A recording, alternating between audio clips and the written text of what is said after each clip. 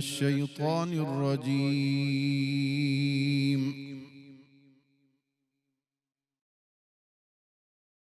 بسم الله الرحمن الرحيم.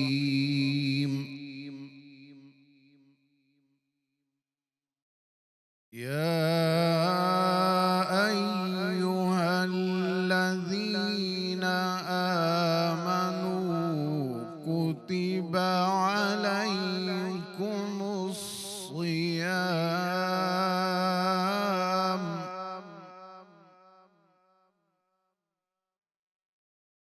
كما كتب على الذين من قبلكم لعلكم تتقون.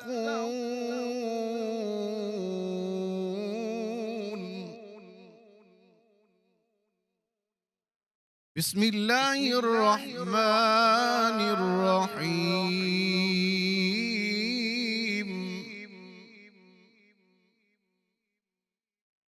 يا أيها الذين آمنوا كتب عليكم الصيام كما كتب على الذين من قبلكم كما كتب على الذين من قبلكم لعلكم تتقون. أياما معدودات،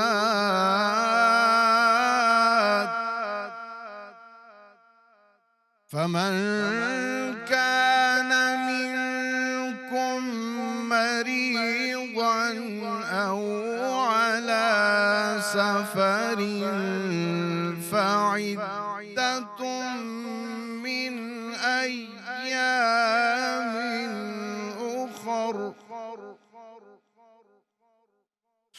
وعلى الذين يطيقونه فدية طعام مسكين،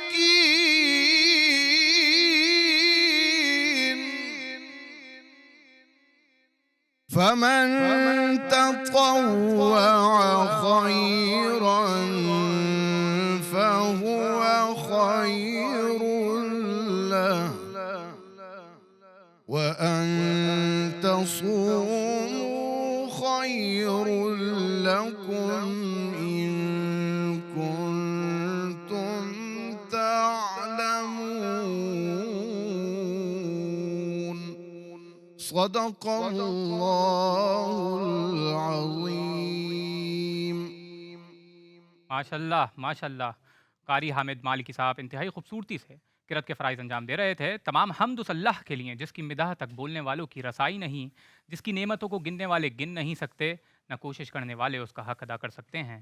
درود و سلام ہو محمد و آل محمد پر کہ جو قیامت تک آنے والی عوام الناس کے لیے منارہ نور ہیں، منارہ ہدایت ہیں، اور ہمارا سلام ہو رسول اکرم صلی اللہ علیہ وآلہ وسلم کے ان جانثار اصحاب و انصار پر کہ جنہوں نے اپنی جانوں کے نذرانے پیش کر کے اس دین اسلام کو سربلند و سرفراز کیا۔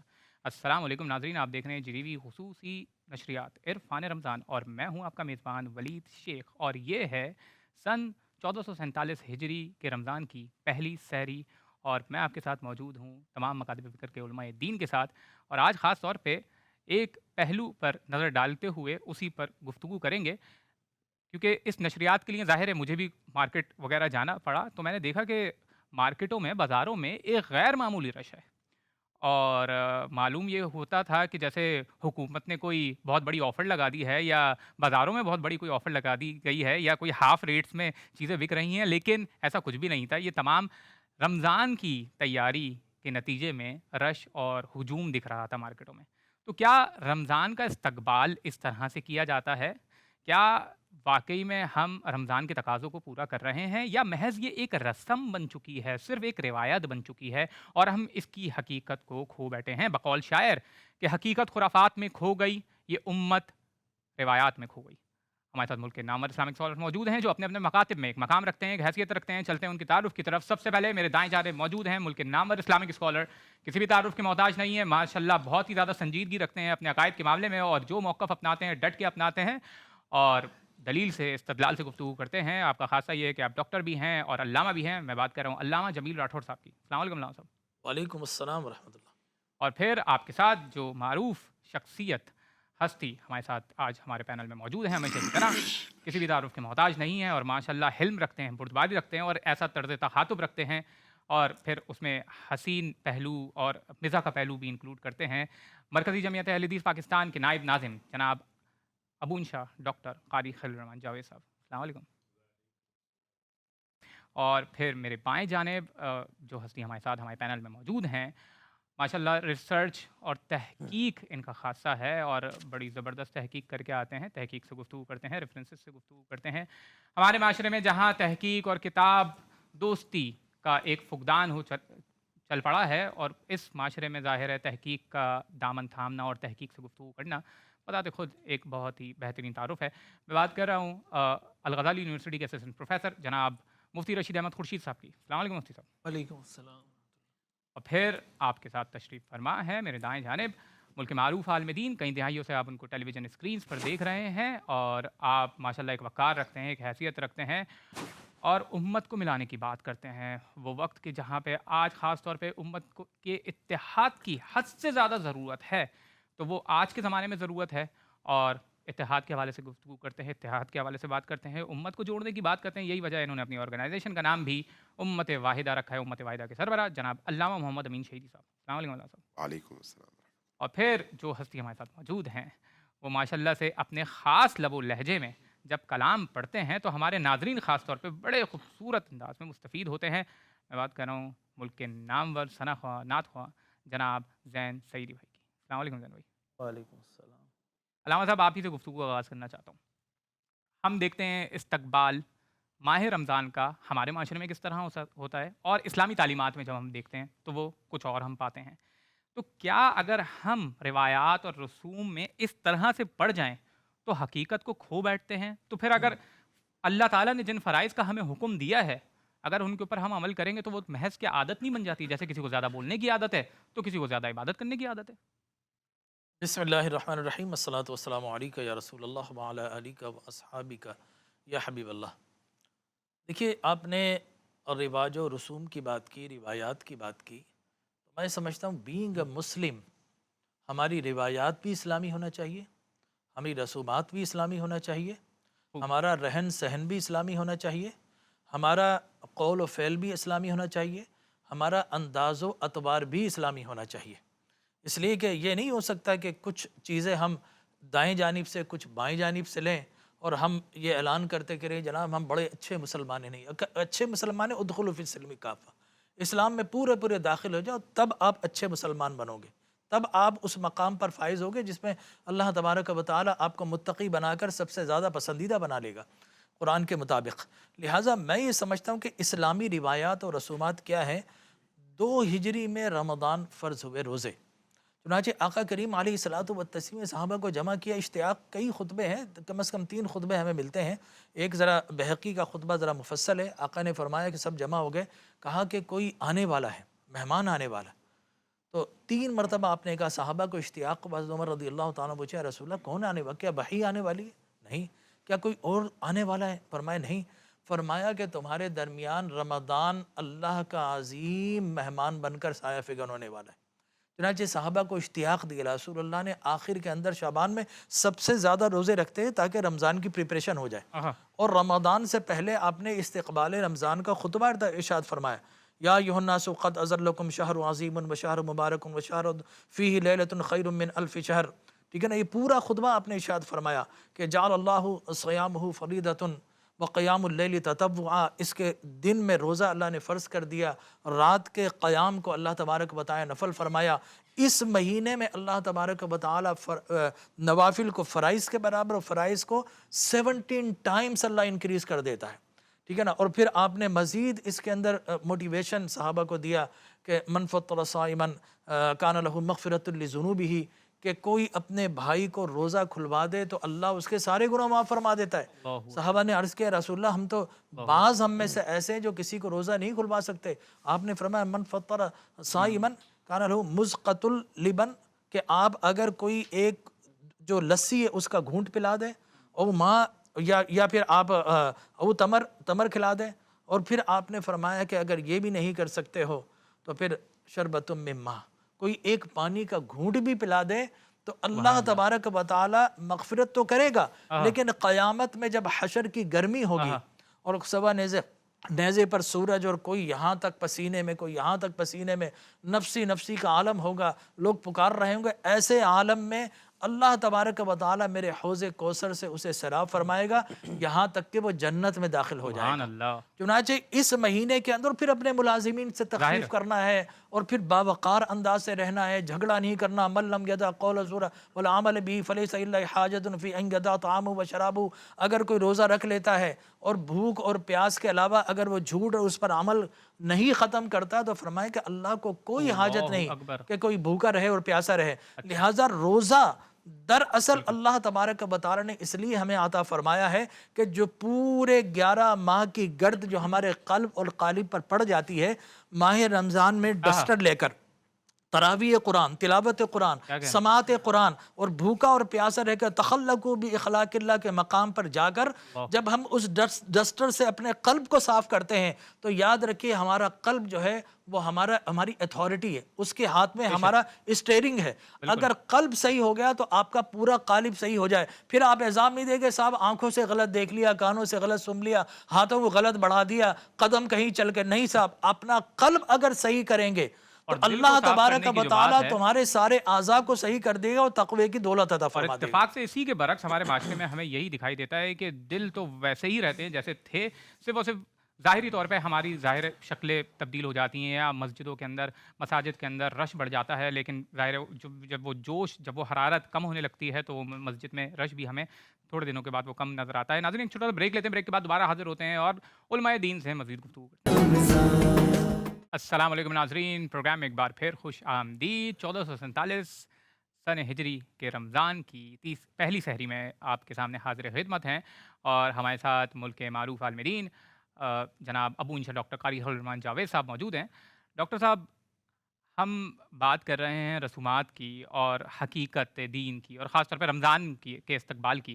تو یہاں پر یہ بھی دیکھنے کو آیا ہے کہ رسول اکرم، ہمارے پاس قرآن کی نص بھی موجود ہے، رسول اکرم صلی اللہ علیہ وآلہ وسلم حدیث میں پڑھ رہا تھا کہ رسول اکرم صلی اللہ علیہ وسلم نے فرمایا کہ سفر میں جانے والے لوگوں کو انہوں نے اس سے روکا کہ وہ روزہ نہ رکھیں۔ تو ایک صحابی رضی اللہ تعالیٰ عنہ نے یہ سوال پوچھا کہ میں صحت میں بہت اچھا ہوں اور مجھ پر جو سفر کی صحبتیں ہیں وہ اس طرح سے اثر انداز نہیں ہوتی، تو میرے لیے کیا حکم ہے؟ تو رسول اکرم صلی اللہ علیہ وآلہ وسلم نے فرمایا کہ تمہارے لیے بھی وہی حکم ہے جو سب کے لیے ہیں۔ ہمارے پاس قرآن سے نص آ گئی، حدیث سے ہمارے سامنے یہ چیز آ گئی، لیکن ہمارے معاشرے میں یہ ٹرینڈ دیکھا گیا ہے کہ ایک شخص صرف محض سفر پہ جاتا ہے اور اس کانسیپٹ کو اپنے ذہن میں رکھتے ہوئے کہ میری گنتی پوری نہیں ہوگی اگر میں نے روزہ چھوڑ دیا، صرف اس وجہ سے وہ روزہ پھر بھی سفر پہ رکھتا ہے۔ تو کیا وہ اللہ کے حکم کی پیروی کر رہا ہے یا اپنے نفس کی پیروی کر رہا ہے؟ پہلی بات تو یہ ہے کہ جو میرے علم کے مطابق رسول اللہ صلی اللہ علیہ وسلم کے یوں الفاظ نہیں ہیں کہ سفر میں روزہ نہ رکھو، یہ ہے کہ سفر میں روزے کی رخصت ہے۔ رخصت کا مطلب یہ ہے کہ آپ کو اجازت بھی ہے، یعنی آپ رکھ بھی سکتے ہیں اور چھوڑ بھی سکتے ہیں، البتہ چھوڑنے پر آپ کو گناہ نہیں ہوگا، لیکن یہ روزہ آپ کو بعد میں رکھنا پڑے گا جتنے بھی روزے چھوٹے ہیں۔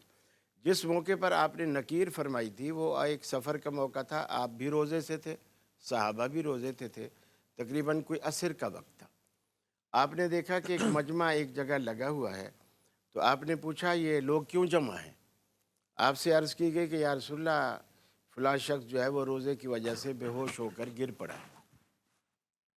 نبی رحمت صلی اللہ علیہ وسلم نے، حالانکہ آپ کو اس وقت روزہ لگ نہیں رہا تھا، لیکن آپ نے جب یہ دیکھا کہ میری امت پریشان ہے روزے کی وجہ سے، آپ نے پانی کا پیالہ منگوایا۔ آپ اونٹنی پر سوار تھے، آپ نے پانی کا پیالہ اونٹنی پر بیٹھے ہوئے آپ نے اوپر کیا جی تاکہ سارا مجمع دیکھ لے، اور یہ عصر کا وقت تھا، اور آپ نے اس پانی کو پیا۔ جی پھر آپ نے حکم دیا کہ لوگوں کو کہا کہ آپ بھی روزہ کھول دو۔ اس میں کچھ لوگوں نے روزہ اس لیے نہیں کھولا کہ جی یار ہمیں پیاس بھی نہیں لگ رہی، بھوک بھی نہیں لگ رہی، اور بعد میں رکھنا بھی پڑے گا، اور دن تقریباً سارا نکل چکا ہے، باقی عصر سے مغرب تھوڑا ٹائم باقی ہے تو ہم نبھا سکتے ہیں، تو انہوں نے روزہ نہیں کھولا۔ جب رسول اللہ صلی اللہ علیہ وسلم کو اطلاع دی گئی کہ یا رسول اللہ فلاں فلاں بندوں نے روزہ نہیں کھولا، تو اب آپ نے فرمایا اولئک الوساط، اولئک الوساط، اولئک الوساط، یہ لوگ نافرمان ہیں، یہ لوگ نافرمان ہیں، یہ لوگ نافرمان ہیں۔ یعنی مقصد یہ تھا کہ جب محمد عربی نے روزہ کھول دیا تو اللہ تم مجھ سے آگے بڑھنے والے، اللہ تم مجھ سے زیادہ نیک، زیادہ تقوی والے ہو۔ اللہ اکبر، لا تقدموا بین یدی اللہ و رسولہ، اللہ اور اس کے رسول بے سے شک آگے نکلنے کی کوشش مت بے کرو۔ شک، باقی اگر کوئی شخص روزہ رکھتا ہے اور رکھ کر اس کو کوئی مشکل بھی نہیں، کوئی پریشانی بھی نہیں، اور وہ رکھ سکتا ہے اور نبھا سکتا ہے، تو شریعت یہ نہیں کہتی کہ تو نے روزہ کیوں رکھا ہے، یہ نہیں ہے۔ اگر وہ سفر میں رکھ سکتا ہے ٹھیک ہے، لیکن اس پر زبردستی نہیں ہے کہ ضرور سفر میں رکھے۔ اگر وہ اس انداز سے یعنی رکھتا ہے کہ دوسرے کو بتانا ہے کہ میری پوری گنتی کی ہے، میں نے 30 روزے رکھے ہیں، اس حیثیت میں کیا وہ خدا کے حکم کی پیروی کر رہا ہے نہیں، یا وہ گنتی تو اس کی یوں بھی پوری ہوگی کہ جب وہ روزہ چھوڑے گا اس کے بدلے گنتی پوری کرے گا۔ اچھا گنتی تو پوری ہونی ہے؟ گنتی تو ہر صورت پوری ہوگی، تو اس کی یہ لاجک سمجھ میں نہ آنے والی ہے۔ یا تو یہ ہوتا نا کہ بھی روزہ چھوٹ گیا تو چھوٹ گیا، اب بعد میں رکھ نہیں سکتے، پھر تو ہوتا کہ جو اس کے 25 ہو سکتے ہیں، 26 ہو سکتے ہیں، میرے 30 کیسے پورے ہوں گے۔ اب گنتی تو ہوگی جتنے روزے چھوڑے گا، 3 دن اس نے لاہور میں گزارے یا راستے میں گزارے، اب جب واپس آئے گا یا 3 دن پورے کرے گا، جتنے کا ہمارا رمضان تھا وہ اتنے روزے پورے کرے گا۔ خوب۔ ہمارے ساتھ ڈاکٹر مفتی رشید احمد خورشید صاحب بھی موجود ہیں۔ ڈاکٹر صاحب، ہم اپنے معاشرے میں یہ بھی دیکھتے ہیں کہ رسم و رواج کا ایسا بول بالا ہے کہ اگر کوئی شخص کسی روزے دار کے سامنے کچھ کھا لے یا روزے دار کو یہ معلوم ہو جائے کہ یہ شخص جو ہے روزے سے نہیں ہے، تو وہ اس کو ایسی نظر سے دیکھتا ہے جیسے کوئی مسلمان حالت جہاد میں کسی کافر کے اوپر نظر ڈالتا ہے۔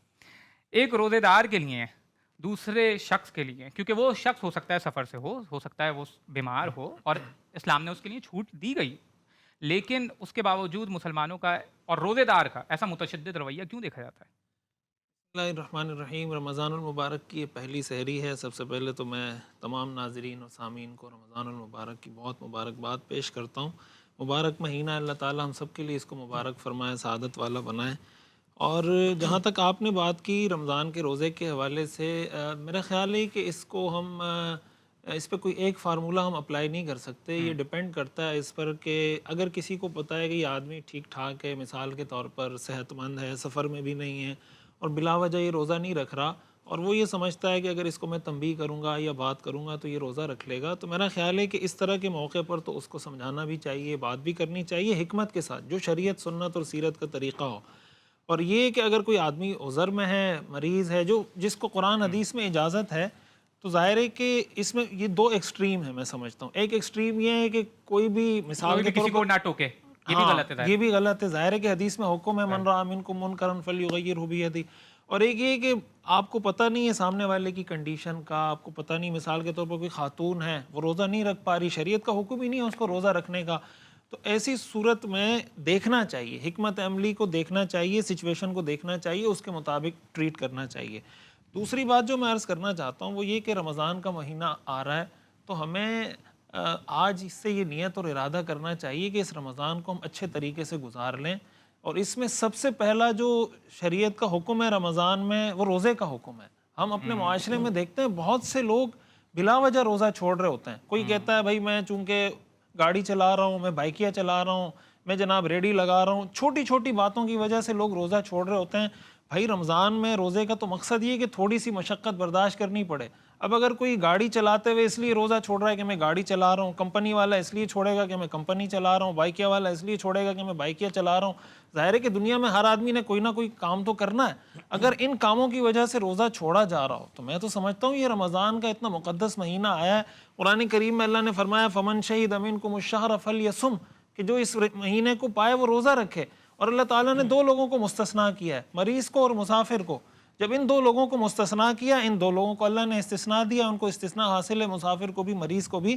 لیکن اس کے علاوہ ہمارے معاشرے میں جو بہت چھوٹی چھوٹی باتوں کی وجہ سے لوگ روزہ چھوڑ رہے ہوتے ہیں، ان کو یہ سمجھنا چاہیے کہ رمضان کے اس مقدس مہینے میں روزہ چھوڑنا یہ کتنا بڑا کبیرہ گناہ ہے.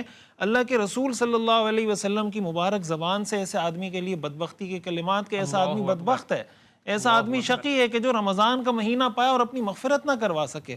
تو اسی لیے رمضان کے مہینے میں روزوں کا بہت پابندی کے ساتھ اہتمام کروانا چاہیے، خود کرنا چاہیے. اور دوسرے نمبر پر رمضان یہ شہر القرآن ہے، شہر رمضان الذی انزل فیہ القرآن انا انزلناہ فی لیلۃ القدر.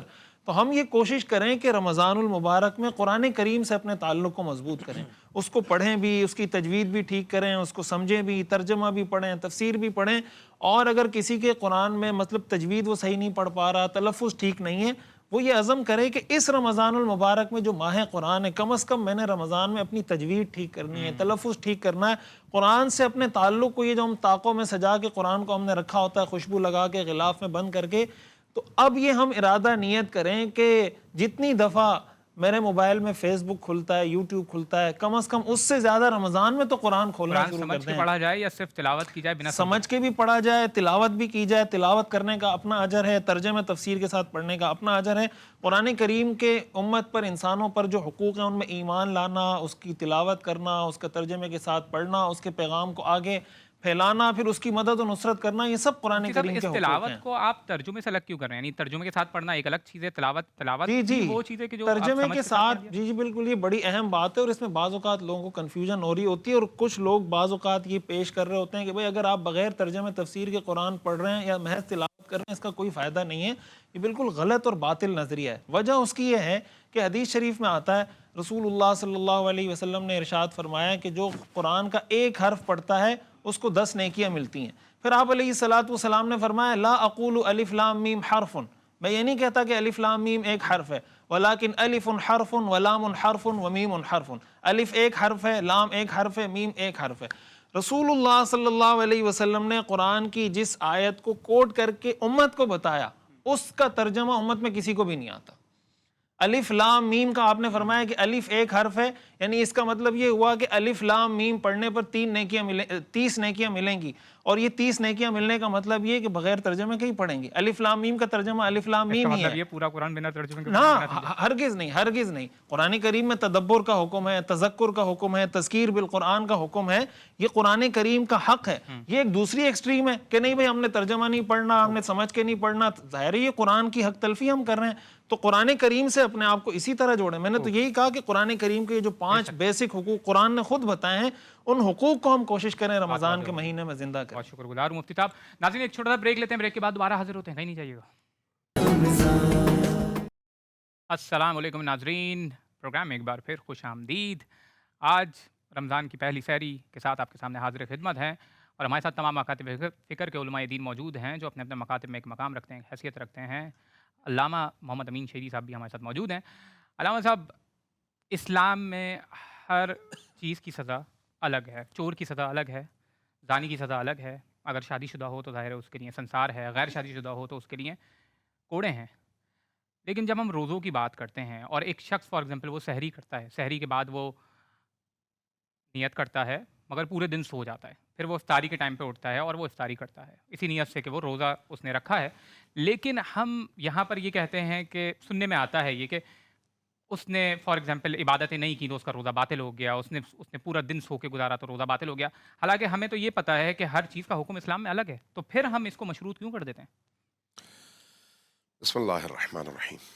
میں سب سے پہلے آج پہلی سحری کی مناسبت سے آپ کے تمام ناظرین کو رمضان مبارک کی مبارکباد پیش کروں گا.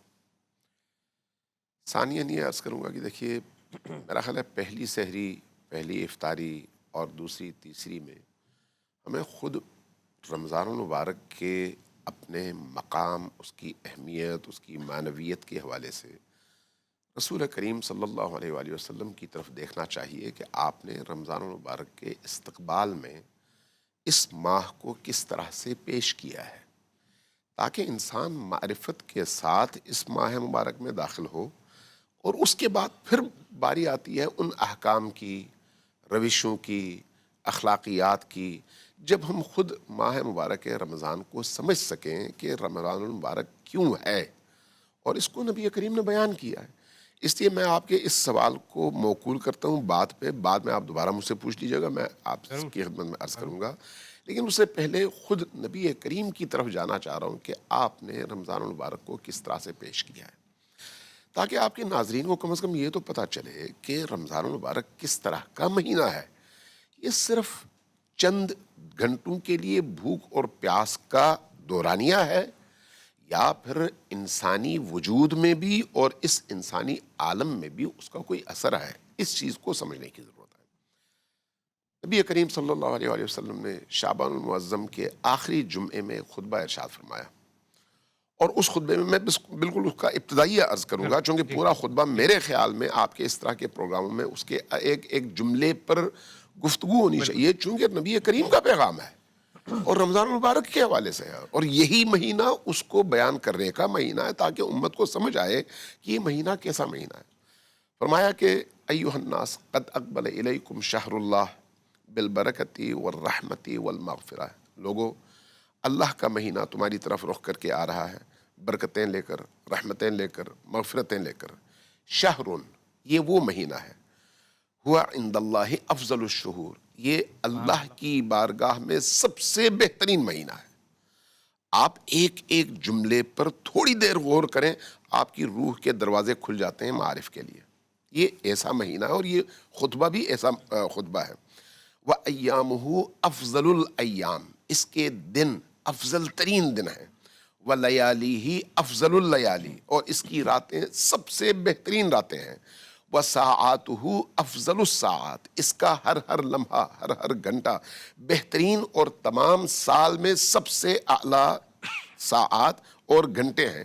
ہوا شہر دعیتم فیہ الی ضیافت اللہ، یہ وہ مہینہ ہے جس میں اللہ نے تمہیں اپنے دسترخوان پر مہمان بننے کی دعوت دی ہے، یعنی اللہ نے دسترخوان بچھایا ہے اور تمہیں دعوت دی ہے، آؤ اللہ کے دسترخوان پر اللہ کا مہمان بنو، اللہ میزبان ہے، تم مہمان ہو۔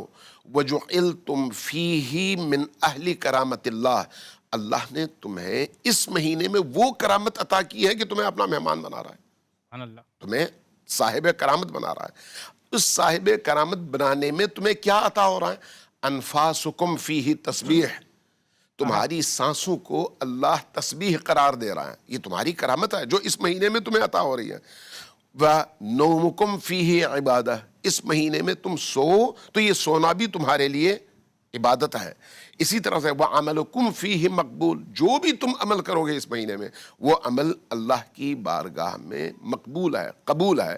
وَدُعَاؤُكُمْ فِيهِ مستجاب، جو دعا کرو اللہ اس دعا کو قبول کرتا ہے۔ یہ صرف ایک حصہ ہے بالکل ابتدائی جو میں عرض کر رہا ہوں آپ سے، اگر بعد میں ضرورت پڑی تو مزید عرض کروں گا۔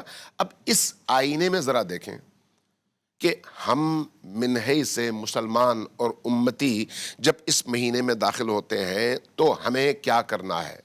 آپ نے سورج کو دیکھا ہے، روز دیکھتے ہیں، سورج کی طرف آپ پشت کر کے کھڑے ہو جائیں، آپ کا سایہ بنے گا اور سایہ آپ کے آگے آگے چلے گا، ایسا ہی ہے۔ جدھر بھی آپ جائیں گے سورج کی طرف پشت کر کے آپ کے سامنے سایہ ہوگا، اور آپ کے ارد گرد جتنی بھی چیزیں ہوگی ان سب کا سایہ آپ کے سامنے ہوگا۔ آپ رخ بدل لیں، آپ کا رخ سورج کی طرف ہوگا، اب سایہ آپ کے پیچھے ہوگا، یہ سارا عالم سایہ ہے۔ جب اور سورج یعنی اللہ کی روشنی ہے، اللہ کا نور ہے، اللہ خود اللہ نور السماوات والارض، اللہ خود نور ہے.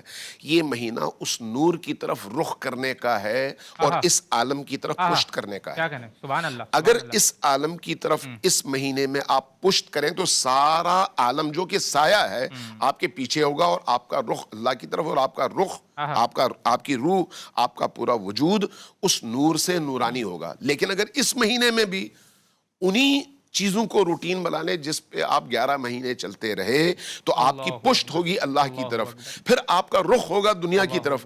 آپ اس سائے کی تلاش میں، سائے کے پیچھے جتنا چلتے چلے جائیں گے، نہ سایہ ختم ہوگا، نہ آپ کا سفر ختم ہوگا، آپ کو کچھ نہیں ملے گا. بہت ہی حسین اس پیرا ہے لیے آپ نے گفتگو کا. اس مہینے میں کوشش یہ ہونی چاہیے کہ ہمارا رخ اللہ کی طرف ہو تاکہ ہماری روح اس نور سے سرشار ہو. کیا کہنے، کیا کہنے. زین بھائی، ظاہر ہے لوگوں کا اس سے پہلے، ناظرین کا ہمارا جو صبر کا جو لبریز ہو جائے، اس سے پہلے آپ سے گزارش ہے کہ کلام پیش کریں. ہم بھی سننا چاہتے ہیں، ناظرین بھی ضرور سننا چاہتے ہیں. بسم اللہ. حمد باری تعالیٰ سے آج کی اس پہلی سحری کا آغاز کر رہا ہوں. اے میرے کریم کرم کرنا، اے میرے کریم کرم کرنا. یہ سانس پہلی کچھ بھی نہیں، میری ذات اکیلی کچھ بھی نہیں. مجھے اپنے عشق میں ضم کرنا، ہے میرے کریم کرم کرنا، ہے میرے کریم کرم کرنا.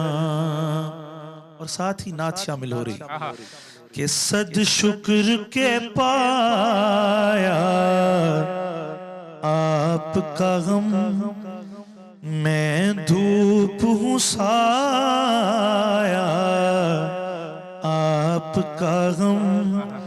مجھے ساری خوشیاں آپ نے دی، میرا کل سرمایہ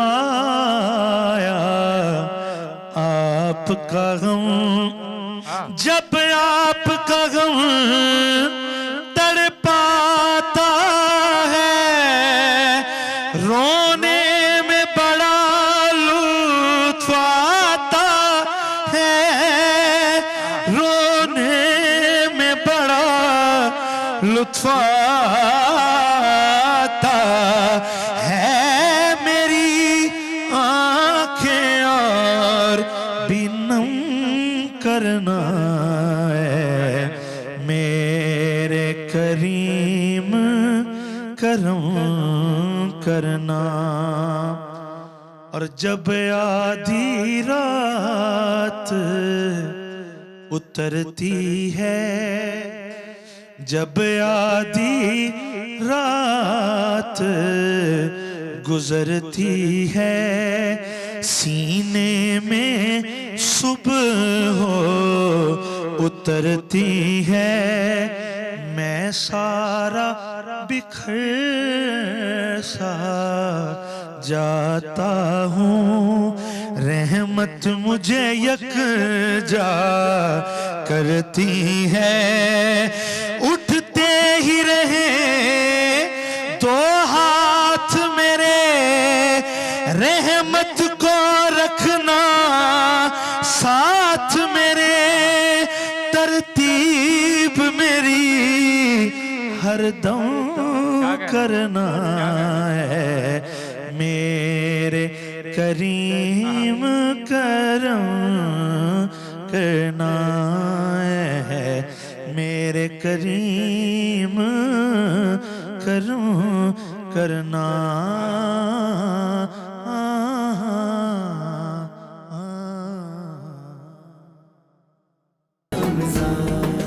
السلام علیکم ناظرین، پروگرام میں ایک بار پھر خوش آمدید۔ آج پہلی سحری کے ساتھ آپ کے سامنے حاضر خدمت ہے۔ ہمارے ساتھ تمام مکاتب فکر سے علماء دین موجود ہیں جو اپنے اپنے مکاتب میں ایک مقام رکھتے ہیں، ایک حیثیت رکھتے ہیں، اور علامہ جمیل راٹھور صاحب بھی موجود ہیں۔ علامہ صاحب، علامہ محمد امین شہیدی صاحب نے بہت خوبصورت بات کی کہ ہم آمد رمضان کے حوالے سے گفتگو کریں۔ اب رمضان کا استقبال کس طرح سے کیا جاتا ہے، کیا جانا چاہیے، رسول اکرم صلی اللہ علیہ وآلہ وسلم کی تعلیمات میں خاص طور پہ کس طرح سے ہمیں ملتا ہے، ہم کس طرح سے کرتے ہیں، اس پر بھی بات کریں گے۔ لیکن خود رمضان کی کیا اہمیت و حیثیت ہے اسلامی تعلیمات میں؟ کہ اللہ تبارک و تعالی جل وعلا نے یہ مہینہ ہمیں عطا فرمایا ہے اپنی بیڈ ہیبٹس کو دور کرنے کے لیے، اپنی نگیٹیوٹی کو دور کرنے کے لیے، اپنی فالس بیہیویئر کو، اپنے غلط ایٹیچیوڈ کو، ہاں جو ان کو سب کو دور کرنے کے لیے دراصل عطا فرمایا ہے۔ اس لیے فرمایا اذا صمت فلیصم سمعک وبصرک ولسانک عن الکذب والمحارم۔ اگر یہ تم چاہتے ہو کہ ماہ رمضان میں تمہیں بخش دیا جائے تو تم روزے کی حالت میں صرف زبان کا، منہ کا روزہ نہیں رکھنا، کھانا پینے کا اور حقوق ازواج کو ترک کرنے کا، بلکہ فرمایا کہ تمہاری آنکھ کا بھی روزہ ہونا چاہیے، یہ مقام تقوی ہے۔ تمہاری زبان کا بھی روزہ ہونا چاہیے، ٹھیک ہے نا، تمہاری جملہ اعضاء اور آرگنس آف دا باڈی ان سب کا تمہارا روزہ ہونا چاہیے۔ یہ نہیں کہ تم روزے کے اندر گالم گلوچ بھی کر رہے ہو، تمہاری زبان سے جو روزے سے پہلے حالات تھے وہی تمہاری زبان آج بھی، تمہاری گفتار اسی طرح کی ہے اور تمہارا کردار اس میں کوئی تبدیلی نہیں آئی۔ اللہ تبارک و تعالی نے ماہ رمضان ہمیں بدلنے کے لیے دیا ہے، تو ماہ رمضان میں ہمارے آنے والا کل گزشتہ کل سے بہتر ہو، تب ہم یہ کہیں گے کہ ہاں ہم نے ماہ رمضان میں کچھ حاصل کر لیا ہے۔ لیکن یہ کب ہوگا؟ جب آپ کانسنٹریٹ کریں گے۔ ہوتا کیا ہے کہ ماہ رمضان آتے ہیں، سارے مسلمان خوش ہوتا ہے، مبارکباد دیتے ہیں ایک دوسرے کو، ہفتے کے اندر مسجدیں آباد ہوتی ہیں، اس کے بعد مسجدوں کے اندر تعداد کم ہونا شروع ہو گئی اور بازاروں میں زیادہ ہونا شروع ہو گئی، اور ماہ رمضان کے دن، اور بھائی اگر آپ نے خریداری کرنی ہے ماہ رمضان کی تو 4-5 دن پہلے کر لیں۔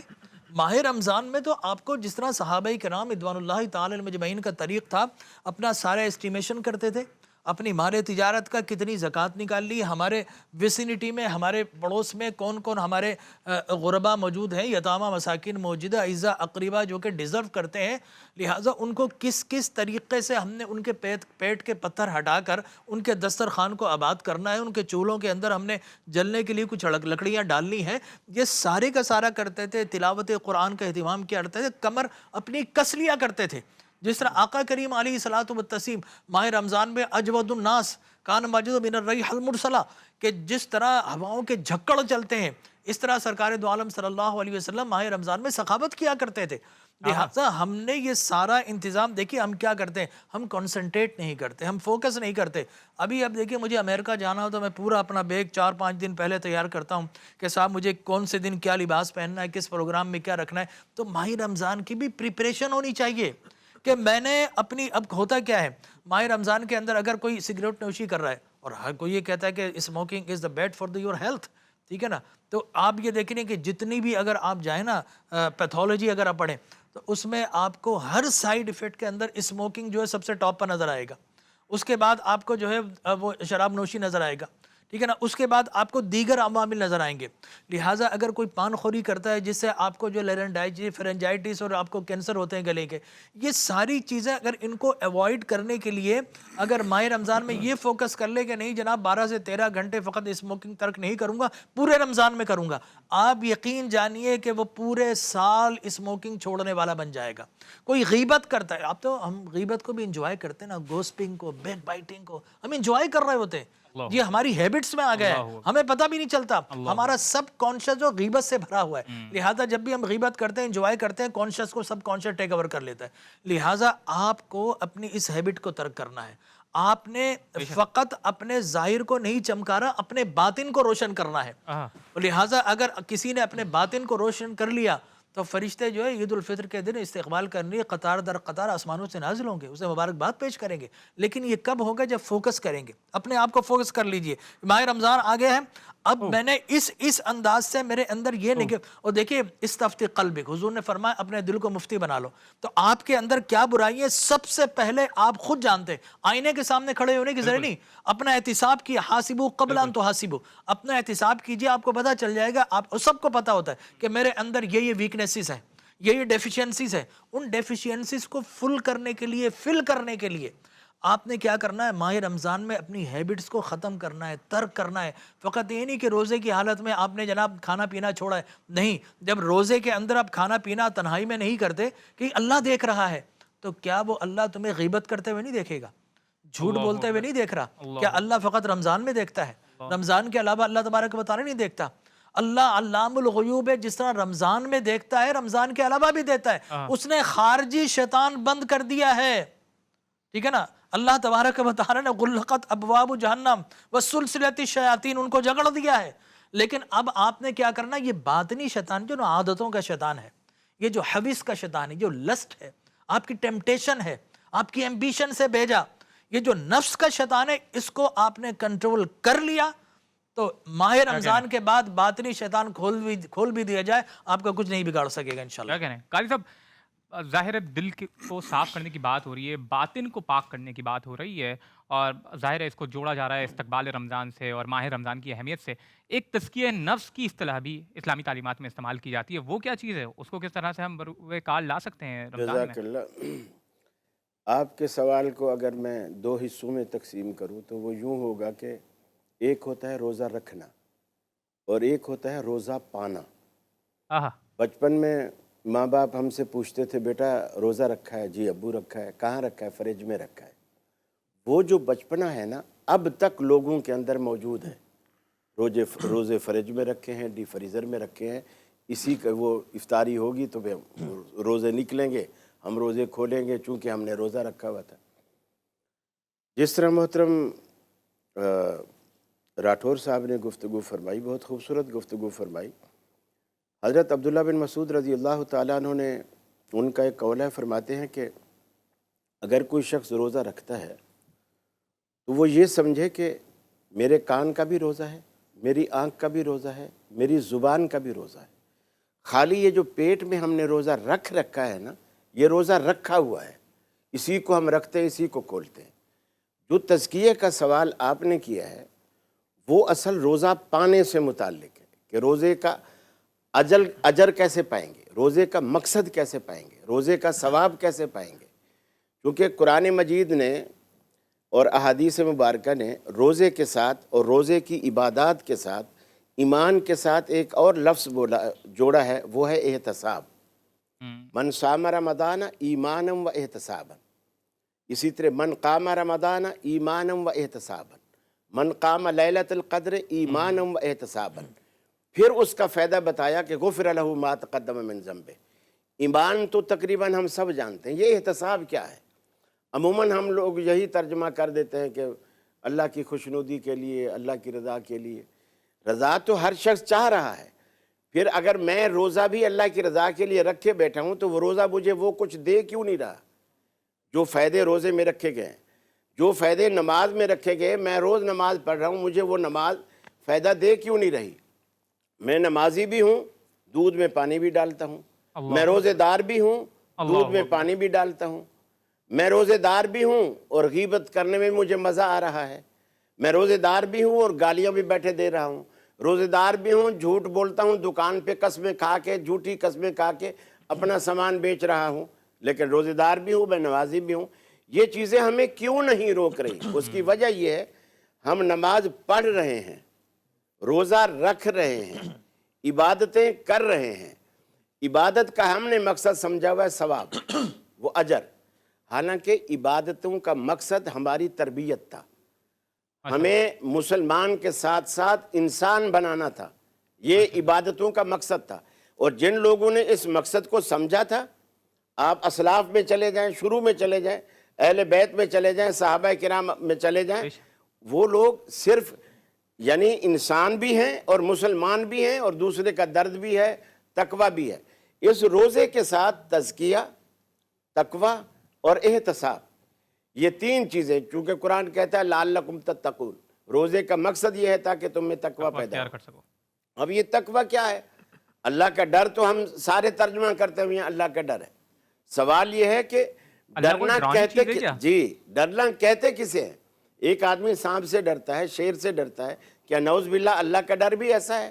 ہم سانپ سے ڈرتے ہیں، اس سے دور بھاگتے ہیں، اس سے بچنے کی کوشش کرتے ہیں۔ اور جو بندہ اللہ سے ڈرتا ہے وہ اتنا زیادہ اللہ کے قریب ہوتا ہے۔ اس ڈر میں فرق ہے۔ اللہ کے حبیب نے خود فرمایا میں تم میں سب سے زیادہ اللہ سے ڈرنے والا ہوں اور تم میں سب سے زیادہ اللہ کا قریبی ہوں۔ یہ وہ ڈر ہے جو اللہ کی قربت، جیسے بچے کو باپ اچھالتا ہے نا، پہلی دفعہ جب بچہ اچھال کے نیچے آتا ہے نا، ہو سکتا ہے وہ گھبرائے بھی، روئے بھی، ڈرے بھی، لیکن جب ایک دفعہ باپ اس کو تھام لیتا ہے نا، جب دوبارہ اس کو اچھالتا ہے، وہ نیچے آتا ہے، اب وہ مسکراتا ہوا آتا ہے۔ آہا، وہ اس لیے مسکراتا ہوا آتا ہے، اسے اب یقین آ جاتا ہے کہ مجھے اچھالنے والے اور مجھے تھامنے والے ہاتھ کمزور نہیں ہیں، مضبوط ہیں۔ آہا، تو جب بندہ اللہ سے ڈرتا ہے، اس کے دل میں یہ بات بیٹھ جاتی ہے کہ میں اس رب کے اتنا قریب ہو چکا ہوں، وہی مجھے تھامنے والا ہے، وہی میری روزی کا بندوبست کرنے والا ہے، وہی میری صحت کا مالک ہے، وہی میری زندگی کا مالک ہے، وہی میری موت کا مالک ہے۔ تو سب کچھ اللہ کے حوالے کر دیتا ہے۔ پھر جب سب کچھ اللہ کے حوالے کرتا ہے تو اس سے اس کا تزکیہ نفس خود بخود پیدا ہوتا ہے۔ پھر وہ تزکیہ نفس سے کیا ہوتا ہے کہ جو چیزیں اللہ نے اس پر حرام کی ہیں ان سے وہ بچتا ہے اور ان سے دور بھاگتا ہے، اور جو چیزیں اللہ نے اس کے لیے کیا کہنا ہے؟ اپنی رضامندی اور یعنی پسند کا سرٹیفکیٹ دیا ہے، ان چیزوں کے قریب جاتا ہے، انہیں اختیار کرتا ہے۔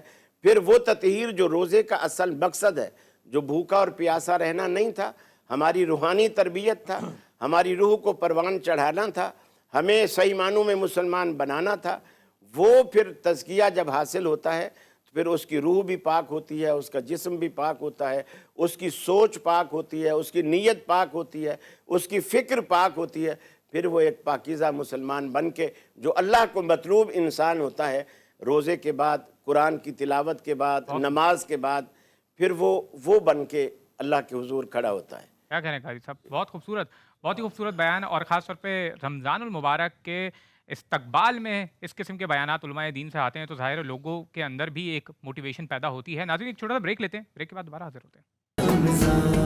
السلام علیکم ناظرین، پروگرام میں ایک بار پھر خوش آمدید۔ عرفان رمضان کی 1447 ہجری کے رمضان کی پہلی سحری میں آپ کو خوش آمدید کہتے ہیں، اور ہمارے ساتھ تمام مکاتب فکر سے علماء دین موجود ہیں۔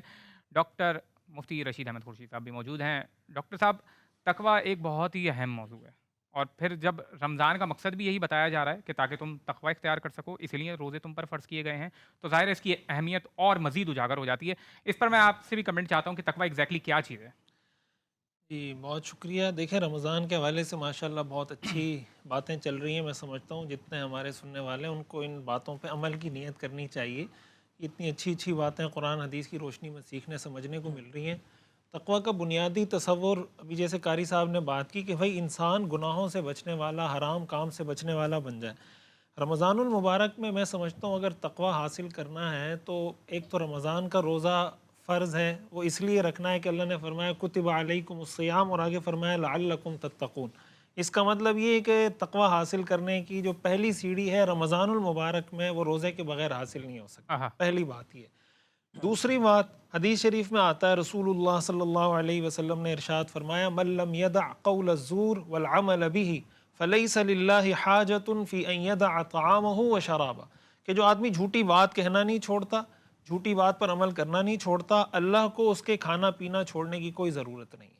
اس کا کیا مطلب ہے؟ دیکھیں انسان جب جھوٹ بولتا ہے، حدیث میں قرآن میں ہم سب جانتے ہیں کہ قرآن میں آتا ہے کہ جھوٹوں پر اللہ کی لعنت ہے۔ جھوٹ کی وجہ سے معاشرے کے اندر جو بے راہ روی عام ہوتی ہے، جو کرپشن پھیلتی ہے، جو معاشرتی طبقاتی نظام جس کی وجہ سے پیدا ہوتا ہے، اس کے اندر جھوٹ کا بہت بڑا کردار ہوتا ہے۔ اس وقت ورلڈ اکنامک فورم کی رپورٹ کے مطابق دنیا کا سب سے بڑا مسئلہ مس انفارمیشن اور ڈس انفارمیشن ہے۔ ہم سنی سنائی بات آگے نقل کر دیتے ہیں۔ حدیث میں آتا ہے کفا بالمرء کذبا ان یحدث بکل ما سمع، انسان کے جھوٹا ہونے کے لیے یہ بات کافی ہے کہ ہر سنی سنائی بات کو آگے چلتا کر دے۔ ہم بعض اوقات بہت سی ایسی پوسٹیں دیکھ رہے ہوتے ہیں کہ اس پہ لکھا ہوتا ہے کہ یہ حدیث ہے، آپ تحقیق کریں پتہ چلتا ہے کہ بھائی حدیث ہے ہی نہیں، موضوع حدیث کوئی لکھ دیتا ہے۔ بعض اوقات صحابہ کرام کی طرف اقوال منسوب کیے جا رہے ہوتے ہیں۔ ہمیں آج یہ عزم کرنا ہے اس حدیث کو سامنے رکھتے ہوئے، اس لیے کہ یہ حدیث اسپیسیفکلی حضور علیہ الصلوۃ والسلام نے روزے کے ساتھ ریلیٹ کر کے بیان کی ہے۔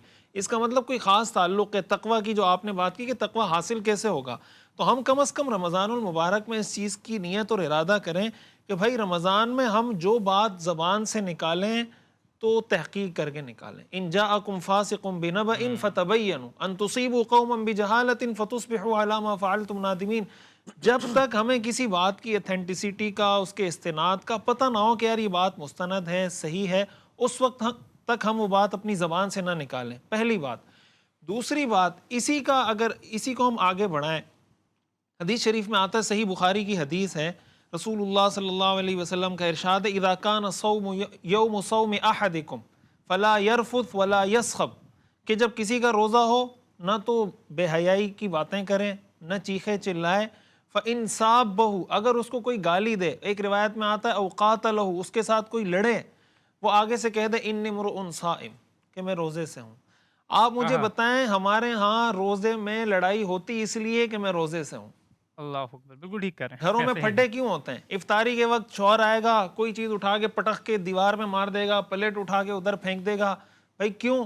بھائی عصر کے بعد افطاری تک میرے سے گھر میں کوئی بات نہیں کرے. خاص طور پہ سگریٹ پینے والے لوگ جو ہیں، سگریٹ یا نسوار، کوئی اس طرح کی چیزیں. اب بھائی عصر سے مغرب تک میرے سے بات نہیں کرنی. کیوں؟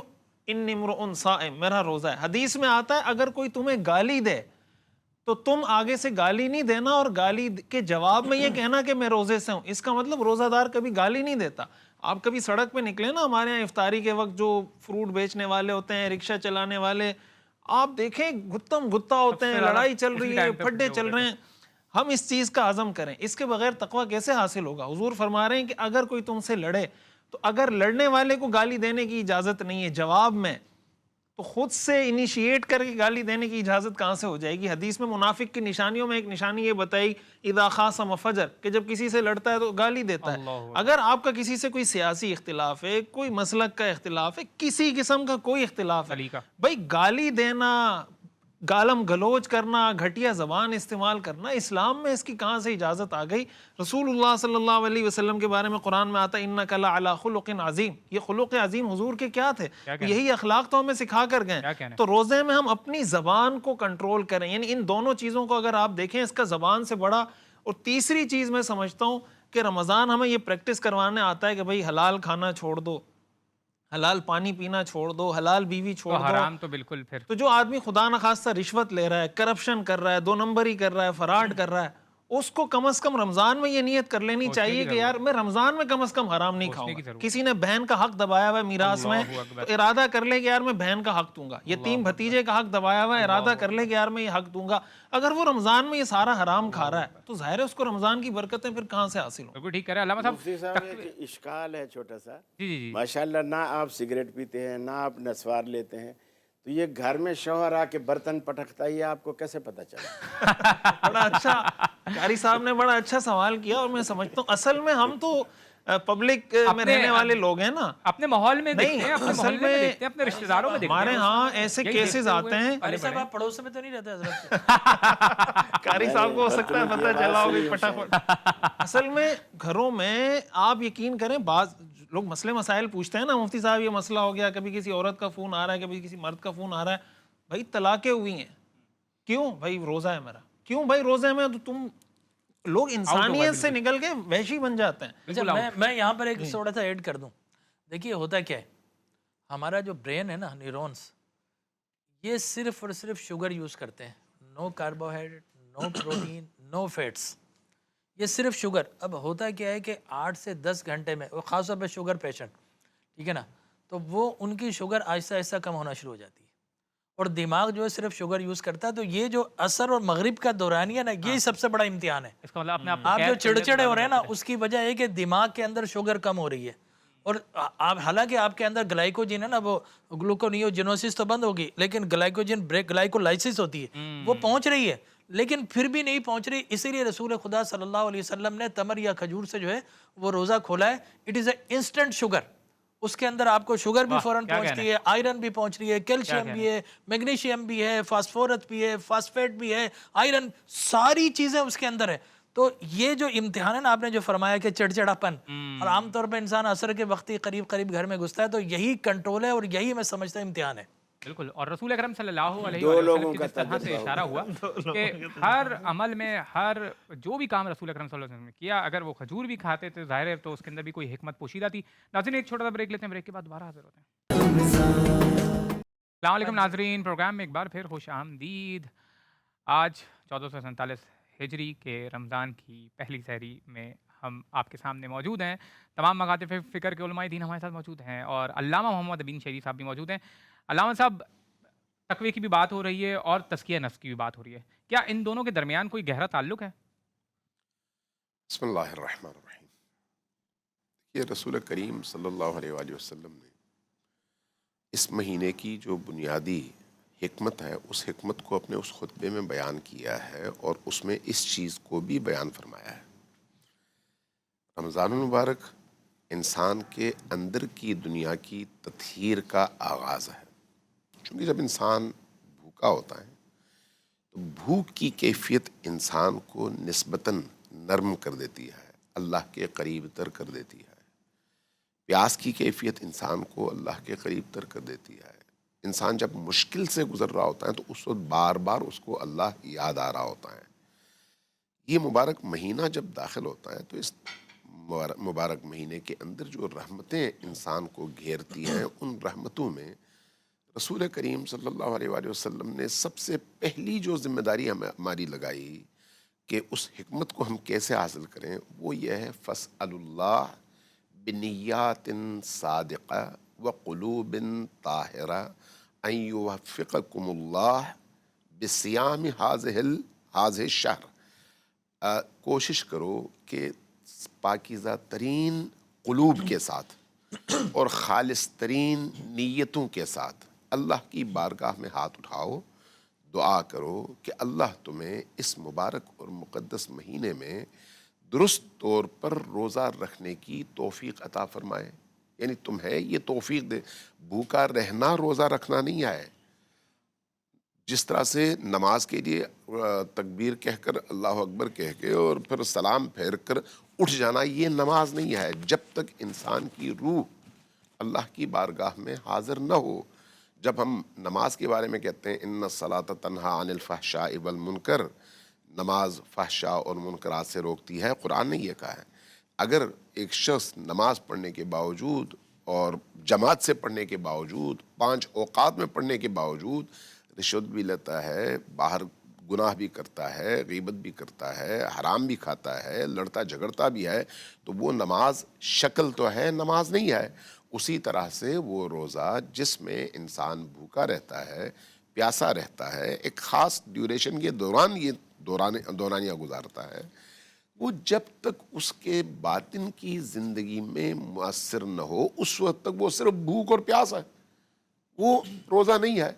اس لیے رسول کریم نے فرمایا کہ جیسے ہی یہ مہینہ آئے تو اس وقت تم اللہ سے یہ دعا کرو، لیکن اس دعا سے پہلے اسی طرح سے جس طرح سے ایک مجبور محض انسان رب کی بارگاہ میں اپنے پورے وجود اور ہستی کے ساتھ حاضر ہو کر گڑ گڑا کر دعا مانگتا ہے کہ خدایا میری اس مشکل کو حل فرما، تو اس وقت تم ایک دو راہے پر ہو۔ ایک طرف تمہارے سامنے رمضان کی تمام برکتیں ہیں اور دوسری تمہارے نفس کے اندر موجود وہ ساری غلاظتیں ہیں۔ ان غلاظتوں کی موجودگی میں وہ رحمتیں آ نہیں سکتی، اس لیے گڑ گڑاؤ، اس لیے تضرع کرو، اس لیے عاجزی کا مظاہرہ کرو اور صداقت کے ساتھ اور سچائی کے ساتھ اور دل کی پاکیزگی کے ساتھ اللہ سے دعا مانگو۔ کیا؟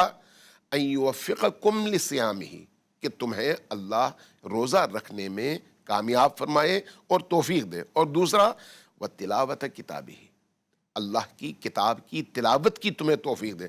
یہ دو چیزیں اللہ کے رسول نے بیان کی ہیں، کوئی اور چیز بیان نہیں کی ابھی۔ کہا یہ جب گڑ گڑاؤ اس رات میں، پہلی رات پہلا دن، تو یہ دو چیزیں مانگو۔ کیوں؟ اس لیے کہ ایک کا تعلق انسان کے بدن سے ہے اور دوسرے کا تعلق اس کی فکر اور اس کی روح سے ہے۔ دونوں چیزیں انسان کے باطن کو پاک و پاکیزہ کرنے کا سبب ہے، دونوں چیزیں اس کو اوپر کی طرف لے کر جانے کا سبب ہے۔ یہاں پر پھر ایک جملہ فرمایا اور وہ جملہ بڑا ہی عجیب ہے، فرمایا کہ فَإِنَّ الشَّقِيَّ، بدترین انسان، شقی ترین انسان کون ہے؟ من حرم غفران اللہ فی هذا الشہر، جو اس مبارک اور مقدس مہینے میں جو کہ سراپا رحمت ہے، اللہ کی رحمتوں سے اور اس کی مغفرتوں سے محروم رہے۔ اس لیے دعا یہ کرو کہ وہ مغفرت تمہیں حاصل ہو۔ تقویٰ اور کس چیز کا نام ہے؟ اسی چیز کا نام ہے تقویٰ، کے کوئی نہ سینگ ہے نہ دم ہے۔ تقوی اللہ سے ڈرنے کا نام نہیں ہے. اللہ اللہ کوئی خوفناک چیز نہیں ہے. اللہ کی ناراضگی سے ڈرنا، اللہ کی ناراضگی خود سب سے بڑا عذاب ہے. آپ کا بہترین دوست آپ سے رخ موڑ لے تو آپ سے نہ کھانا کھایا جاتا ہے نہ پیا جاتا ہے. اللہ تو اللہ ہے، وہ ہمارا معبود ہے، وہ ہمارا خالق ہے. لہذا اس کی اس ناراضگی کو انسان کسی طرح سے اس کی رضا میں بدل دے تو یہ تقویٰ ہے. اور اگر وہ ناراضگی باقی رہے تو یہ فساد ہے. انسان کی زندگی میں پھر تقویٰ نہیں ہے. اس لیے تقویٰ اللہ سے خوف زدہ ہونا نہیں ہے، بلکہ اللہ کی ناراضگی سے اپنے آپ کو بچانا ہے. یعنی اپنے آپ کو ہر اس عمل سے جس میں اللہ راضی نہیں ہوتا اس سے خود کو بچانا. اب وہ کون سے اعمال ہیں؟ آپ کو نہ قرآن پڑھنے کی ضرورت ہے، نہ آپ کو احادیث پڑھنے کی ضرورت ہے. اپنے اندر جھانک کر دیکھ لیں. جو چیز آپ کو دوسروں کے حوالے سے اگر دوسرے انجام دیں برا لگتا ہے کہ یہ اس نے کیوں کیا، وہ چیز آپ چھوڑ دیں، آپ متقی ہو جائیں گے. بہت سادہ سا اور آسان سا فرمولہ ہے. آپ کو نہ قرآن میں جھانکنے کی ضرورت ہے اس حوالے سے کہ بھئی قرآن نے کیا کہا ہے، نہ حدیث میں. آپ یہ دیکھیں، آپ دوسرا آپ سے جھوٹ بولتا ہے تو آپ کو اچھا لگتا ہے؟ نہیں. دوسرا آپ کی غیبت کرے آپ کو اچھا لگتا ہے؟ نہیں. دوسرا آپ کا مال کھائے آپ کو اچھا لگتا ہے؟ نہیں. دوسرا آپ کی ناموس کی طرف دیکھے آپ کو اچھا لگتا ہے؟ نہیں. دوسرا آپ کا حق بے شک کھا جائے آپ کو اچھا لگتا ہے؟ نہیں. تو جو چیزیں دوسروں کے حوالے سے آپ کو اچھی نہیں لگتی وہ آپ دوسروں کے حوالے سے ترک کر دیں. یہی بہترین تقویٰ ہے. بہت ہی خوبصورت پیغام علامہ محمد امین شہیدی صاحب کی طرف سے. اور خاص طور پہ تقوی کے حوالے سے چاہوں گا کہ افطار میں بھی گفتگو کریں کہ تقوی کے معنی عام طور پہ پرہیزگاری کیے جاتے ہیں اردو زبان کے اندر. تو پرہیزگاری سے مراد عام طور پہ اگر ہم لیں تو جو لوگ بیمار ہو جاتے ہیں، ڈاکٹر انہیں کہتا ہے کہ تمہیں پرہیز کرنے کی ضرورت ہے کیونکہ وہ بیمار ہو جاتے ہیں اور انہیں اپنا اس قابل نہیں ہوتے کہ وہ اپنا دفاع کر سکیں. تو کیا یہ ٹرانسلیشن کے اوپر بھی گفتگو کروں گا، کیا یہ ٹرانسلیشن درست ہے، اس کی ایک اصل اس کا مقصد کیا ہے، اس کے مفاہیم کیا ہیں، اس کے اوپر بھی گفتگو کریں گے. تزکیہ نفس کے اوپر بھی بات کریں گے. اور پروگرام کیونکہ ہمارے دامن وقت میں اتنی گنجائش نہیں ہے کہ مزید اس پروگرام کو طول دیں. ہمارے ساتھ ملک کے نامور نعت خواہ اور منقبت خواہ جناب زین سعیدی صاحب موجود ہیں. زین بھائی، آپ کے کلام پر ہم پروگرام کا اختتام کرنا چاہتے ہیں. اب ٹو یو.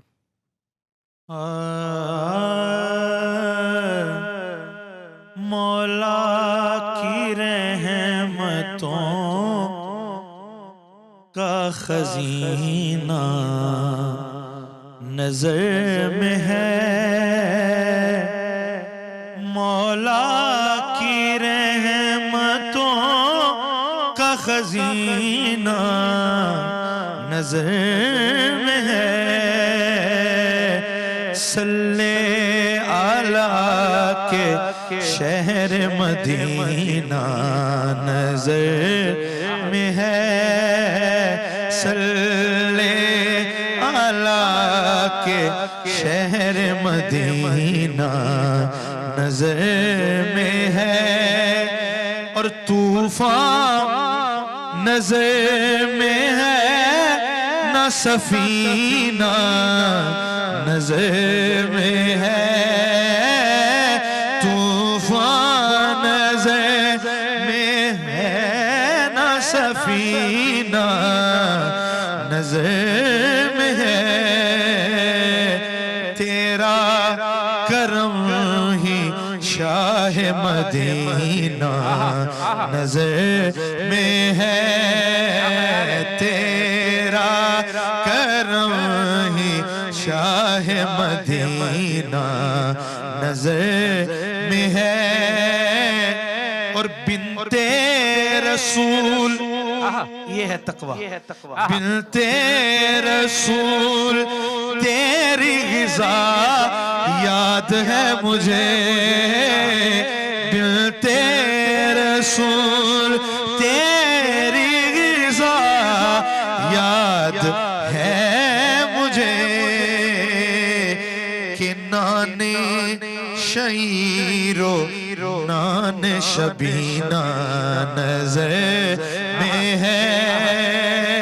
اور آخری شعر کہ دیکھے کوئی حضور کی بندہ نوازیاں، دیکھے کوئی حضور کی بندہ